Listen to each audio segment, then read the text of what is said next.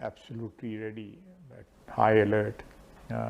If there is a violation of our airspace or there is violation on the ground, if we are engaged in any way on the seas, we are prepared to respond, and inshallah we'll give a befitting response to India.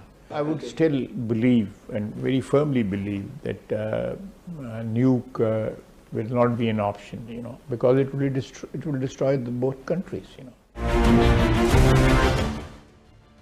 విన్నారా పాక్ రక్షణ శాఖ మంత్రి మాటలు? మా దగ్గర కూడా అణు ఆయుధాలు ఉన్నాయని చెప్తున్నాడు. భారత్ యుద్ధం చేస్తుంది, భారత్ మమ్మల్ని కొట్టడానికి సిద్ధంగా ఉంది అనే విషయాన్ని పాకిస్తాన్ రక్షణ శాఖ మంత్రి చెబుతూ ఉన్నాడు. ఖచ్చితంగా మాకు భారత్ యుద్ధం చేస్తుందనే నమ్మకం ఉంది అని. అందుకే ఆ సన్నాహాలన్నీ కూడా పాకిస్తాన్